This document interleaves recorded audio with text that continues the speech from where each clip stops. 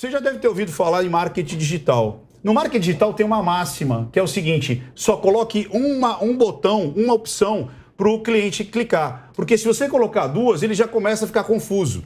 Aí ele dá aquele twin, aperto aqui ou aperto aqui. Só que agora o Ciro trouxe a terceira opção. O Ciro disse que ele é o terceiro botão da urna eletrônica. Que a urna eletrônica agora tem 3 botões. Tem o Lula, e tem o tal que do Bolsonaro e tem o Cirão. Porque ele diz o seguinte, ó, olha, eu vou ler aqui o que aconteceu aqui, ó. Ciro Gomes, ele quer pacificar o Brasil. A minha tarefa é reunir os brasileiros que querem reconstruir um caminho novo para o nosso país. Isso. Porque ele disse que se o Lula ganhar, vai ter uma guerra civil. Então eu quero começar com a Carla Secato. E aí, isso é realmente uma opção ou o Ciro está criando um capital político para não morrer no esquecimento? O que você acha? Poxa vida, foi o único tema que eu não me interessei, porque o Ciro não me interessa. Ótimo, isso já é uma opinião. Eu acho uma figura apática, quase como se fosse um palhaço em todas as eleições, uma figura ali apenas decorativa, que vem para, sei lá, criar alvoroço. E jamais vai ser a opção da terceira via. Não é, não foi, não será.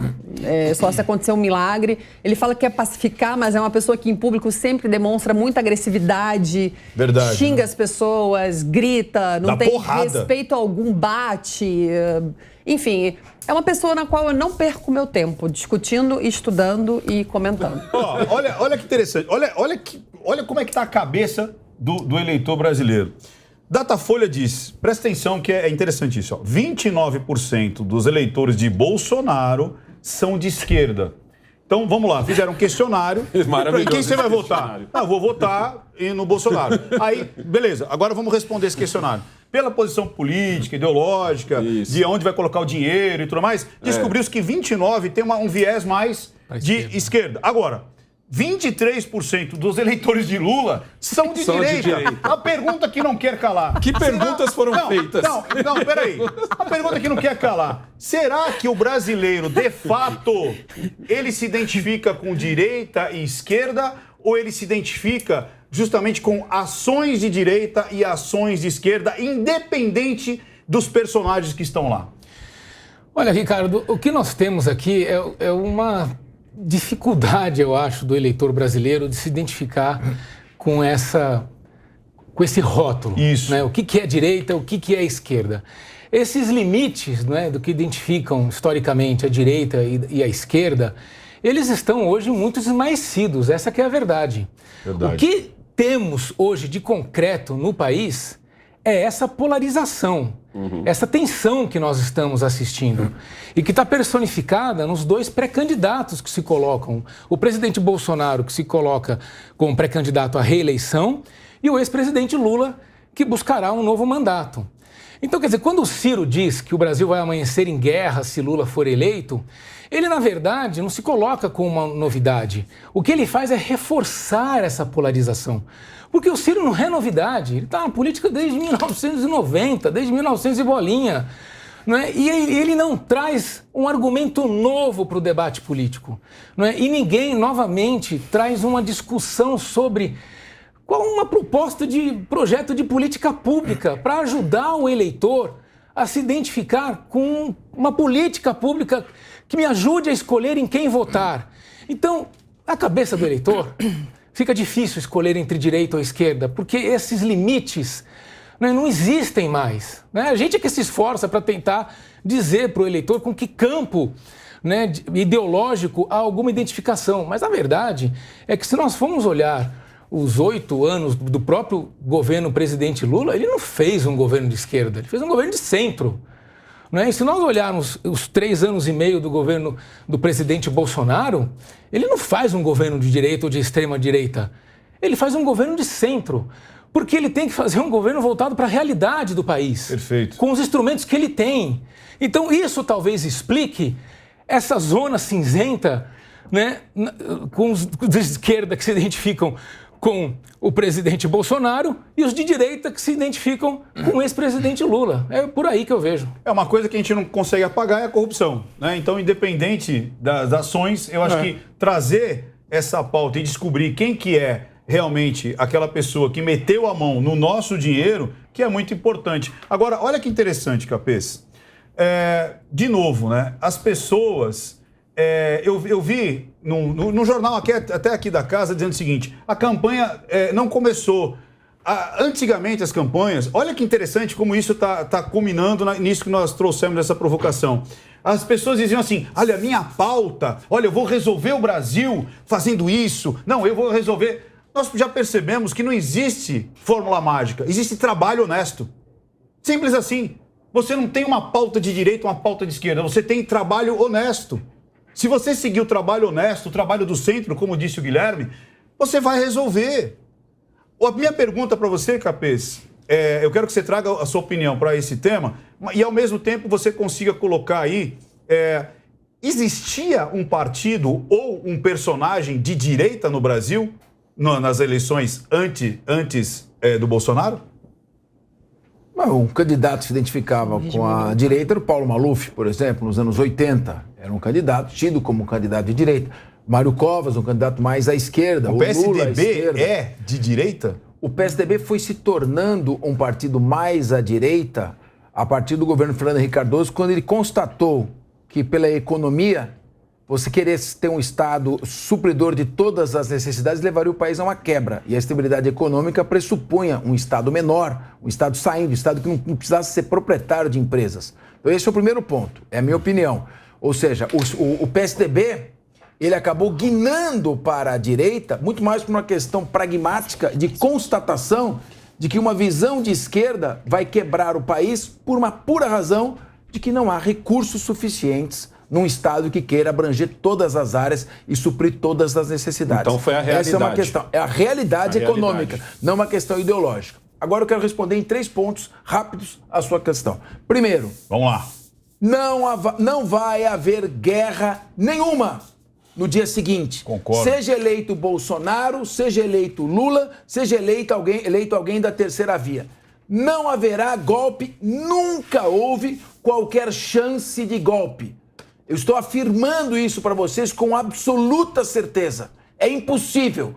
Golpe, guerra. O país com toda essa insegurança e essa instabilidade política não corre nenhum risco de uma tomada à força, porque as condições que existem hoje são completamente diferentes dos anos 60, em plena Guerra Fria, com as instituições muito mais fracas. Ponto 1. Então, não vai haver guerra.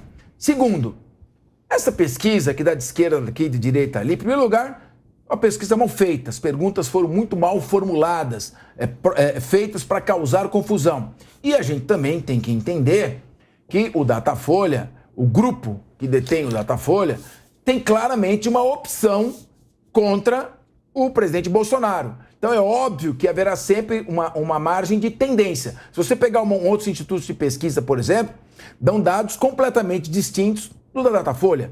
Então nós precisamos receber isso com reservas, até porque todo mundo sabe.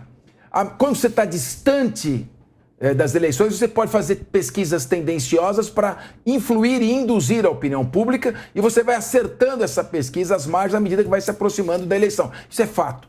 E terceiro ponto, que é o mais importante. Meus amigos, sabe o que vai decidir esta eleição? That's the economy. Eu lembro que o presidente George Bush... Traduz isso daí, amigão. É a economia. Pelo amor de Deus, falar, o povo... Tem teto de gastos ou sem teto de gastos? Porque é muito fácil. É muito fácil ser presidente sem teto de gastos. Aí você vira um presidente querido, com uma dívida pública gigantesca. Agora, um presidente comprometido com um teto de gastos, com não corrupção, não comprometido com gastar e esbanjar para ser querido como pai dos pobres e depois deixar uma dívida trilionária para o Brasil, aí você diz, what's the economy, my brother? A minha querida Gente, colega cadê a tecla SAP? Na cara Eu preciso da tecla Não, SAP. aqui você fala demais. Termina. Deixa eu terminar. E era 3 pontinhos. Eu quero terminar. A questão, fiquei brava logo. A questão é assim, a Carla faz uma análise crítica. Eu faço uma análise de constatação. A população vai votar de acordo com a sua situação econômica. O povo não quer saber, não está preocupado com essas questões. Não quer saber de dívida, né? Que para nós a dívida são importantes. fica para o próximo Para governo. a população, interessa a sua estabilidade. Bom, a Argentina emprego, disse que nós É desenvolvimento fácil, é fácil fazer um governo populista. Bom, se é fácil É só ou jogar difícil, dinheiro, depois a dívida se é fácil ou fica pro difícil, eu próximo. não sei. Uma eleição se ganha com a economia. Foi assim que o Bill Clinton derrotou George Bush logo após a Guerra do Golfo. Agora, eu fiquei brava porque a gente está vivendo uma situação muito difícil no mundo inteiro. Até na Inglaterra a inflação é a maior dos últimos 40 anos. Você está bem, querido? Você tá bem? Vamos dar uma Tá bem? pausa. É que o Capês foi tão eloquente que me emocionou. Você sabe que eu fui para Versalhes e eu conheci o Rei Sol, que você citou o Rei Sol da última vez, né? Tá Semoá.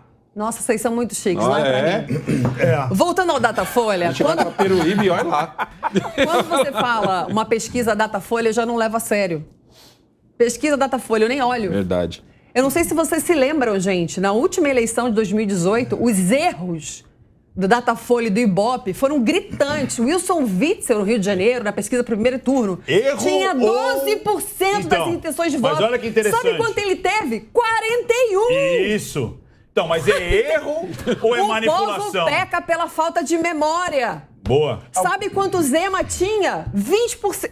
23%. Sabe quanto ele teve? 42%. Isso não é erro, né, Carla? Gente, isso não é margem de erro Isso de não é. 2%, é de Isso é 20%. manipulação. Alguém se Não dá, lembra do Instituto Folha, Galo? não dá. Lembra? Alguém se Assim lembra do como Galo? a economia. A economia é muito fácil ser um bom governo. Me põe lá para presidente, vou distribuir. Ano passado sobraram 300 bilhões de reais de tantos impostos que a gente pagou aqui no Brasil. A gente paga muito imposto. E o presidente usou para pagar a dívida pública. Se for um populista, rouba metade e outra metade sai distribuindo para os pobres. E deixa mas a dívida pro só outro, né? aumenta. É isso aí. Só aumenta. É igual o marido que é legal, mas está fazendo dívida no banco. Exato. O marido legal é o que cuida da sua família com parcimônia, com responsabilidade. Porque marido que não cuida da casa direito, tá com uma, tá com duas, tá com três, tá roubando, tá fazendo coisa errada. Então a economia é muito complicado. O povo precisa entender que o buraco é um pouquinho mais embaixo Então, do que simplesmente sair distribuindo dinheiro por aí. Olha que interessante. O Negão, ele trouxe uma situação interessante aqui. Eu quero perguntar para você, né? A Carla trouxe o pai que faz Eu dívida pirei, né? para Eu deixar pirei, né? né, a família acusou de falar feliz demais, porque né? está conseguindo pagar lá a Ainda colocou Netflix. outras mulheres pra esse pai aí. Atacou. Diretamente. Cidadãos, por favor, linha de frente.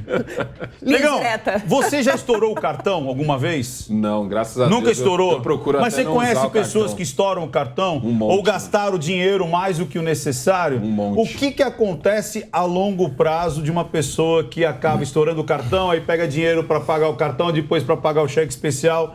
Qual que é o fim dessa pessoa? Falência. Simples assim. E Ó, você eu quero, consegue- eu e aí- quero, quero falar com você de caso seguinte. A gente está aqui numa bancada maravilhosa aqui. A gente tem aqui o Capês, que entende muito de política. A gente tem aqui o Guilherme Amorim, advogado. Carlos Secato nem se fala. Ricardo Ventura. Eu quero agora, para você de casa aí, te dar uma visão da realidade, te dar uma visão do dia a dia, certo? Das pessoas comuns.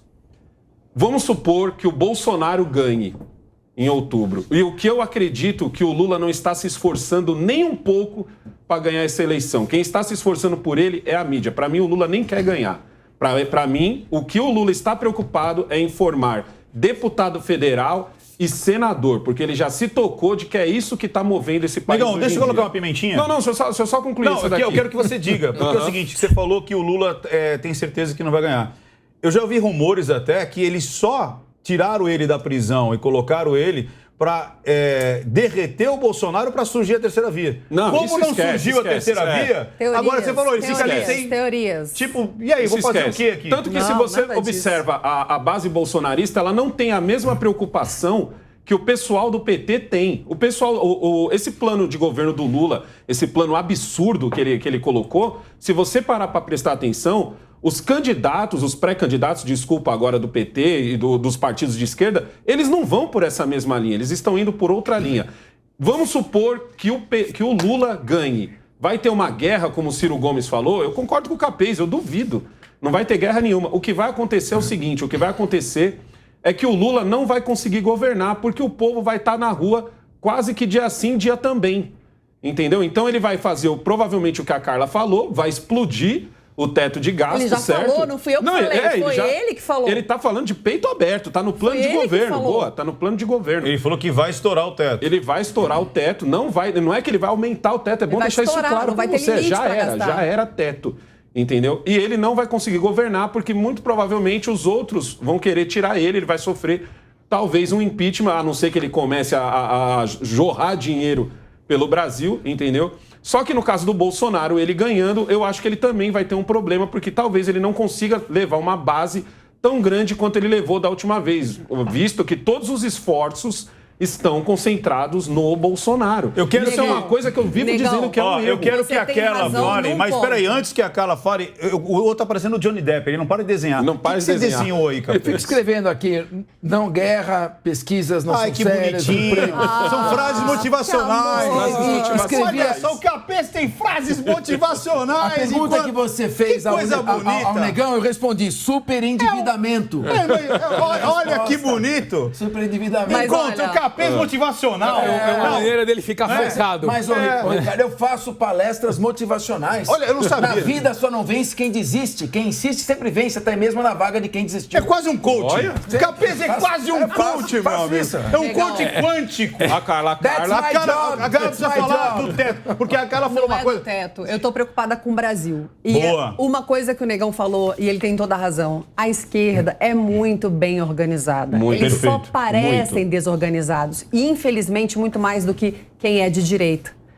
Eles pegam políticos, e agora estão pegando jovens, inclusive, investem nele, dinheiro, colocam nas periferias e estão colocando eles no Congresso. Porque, meu querido, deixa eu falar uma coisa pra você, se você não sabe ainda. Até mais importante do que a eleição para presidente é a eleição para o deputado federal e Exato. para Senado. Perfeito. Porque são É isso. eles que votam. Perfeito. Das 45 propostas enviadas pelo presidente Bolsonaro durante o seu governo para o Congresso, apenas 5 foram aprovadas. 5 ou 6? 6, se não me engano.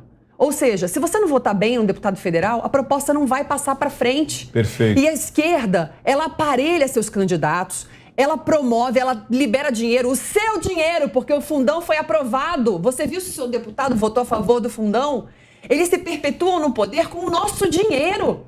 É uma vergonha o que acontece no Brasil. Então, direita, acorda, para de brigar na internet e vai se organizar. Um excelente fazer verbo. cursos E aí- para isso, jovens isso. em faculdades e universidades para entrarem na política, conversar sobre política em suas Em casa. casas, sem brigar, sem trocar fogo na internet, isso não leva a nada. A gente sem precisa doutrinar se aqui no organizar. MBL. Mas, Carla, sem que é- E doutrinar. trazer para o debate público. E eu não gosto de dizer, porque tem coisas da esquerda, projetos sociais que eu gosto, e tem projetos da direita que eu me identifico muito mais. Então eu sempre digo que eu sou um pouco centro-direita. Porque, enfim, eu vivi em escola pública, eu sei as dificuldades da vida. Mas como não há debate público, a população precisa ser instruída. Como, pra cara? saber- Como é que a direita pode se Aqui, organizar? Aqui, que esse vídeo viralize. Boa. Que existe um projeto de lei no Congresso que ninguém vota, que é para colocar educação E fazer política pressão, nas né? escolas. E a esquerda vota contra. A esquerda não quer que a população tenha educação política. Já existe esse projeto lá. Tem projeto de prisão em segunda instância, está parado. Vários Ou seja, projetos para o Brasil ir para frente. E não vai porque os deputados federais e senadores não põem para frente. Então, mais importante do que Lula ou Bolsonaro é quem você bota no Congresso para deputado federal e no Senado como senador. Ó, um excelente exemplo. eu ó, tô com dó da caneca aqui. Da caneca. Não, ela esmurrou essa caneca de uma tal maneira que eu tava vendo a hora que ia quebrar a caneca. Um exemplo do que a Carla acabou de falar. é isso, mas vamos falar uma dominar realidade os assim. Não, espaços. tem que investir. Ninguém ganha eleição sem dinheiro. Mas e outra? Ponto. Como você Ninguém disse, Carla, consegue ganhar eles- sem eles dinheiro. dominam os Tem que espaços, eles preparar dominam as os- crianças, os jovens. Isso, mas como é que eu posso pagar fazer? a campanha política e levar a política para as escolas públicas, privadas Carla, do Brasil. o que eu posso Ninguém sabe o que é fazer? política e o que eles fazem lá. Não foi à toa que Brasília foi colocada no meio do mapa. país pra ficar Ninguém afastado. chega lá. É. Queria ver se fosse em São Paulo, no Rio de Janeiro, o Congresso. Ia ter quebra-pau todo dia, ia ter cobrança das pautas. Precisava voltar para as capitais. Projeto de JK. Todo mundo sabe quem ele é. Quem fez o projeto piloto de Brasília, que é Niemeyer, que era um comunista declarado. Ou seja, o problema do Brasil é gravíssimo.